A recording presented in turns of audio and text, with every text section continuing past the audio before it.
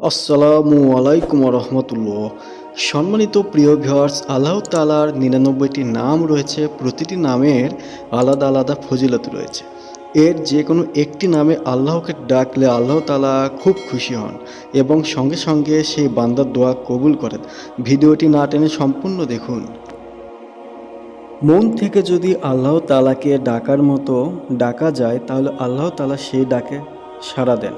প্রিয় দর্শক, আসুন আমরা জেনে নেই ইয়া ফাত্তাহ ৪১ বার পড়লে কি হয়, যার অর্থ হচ্ছে হে প্রশস্তকারী।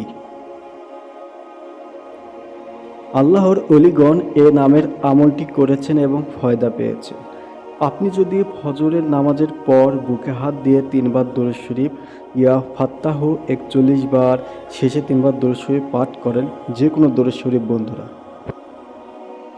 ফজরের নামাজের পর বুকে হাত দিয়ে ইয়া ফাত্তাহ যদি ৪১ বার পড়েন তাহলে আপনার মনের ভিতরে যত কালি আছে সব দূর হয়ে যাবে।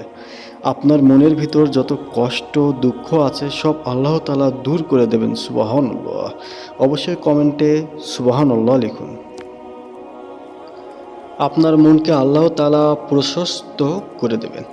আপনার মনের ভিতর সব সময় আনন্দ বিরাজ করবে। কোনো দুঃখ কষ্ট সহজে আপনার কাছে আসতে পারবে না। আসুন আমরা এই নামের আমলটি বেশি বেশি করার চেষ্টা করি। বন্ধুরা, মন থেকে বিশ্বাসের সঙ্গে এক ধ্যানে আপনি আজকে এই নামের আমলটি করে দেখুন একবার। দেখুন আল্লাহ তাআলার এই নামের ভেতরে কীরকম শক্তি, কীরকম পাওয়ার দিয়েছেন।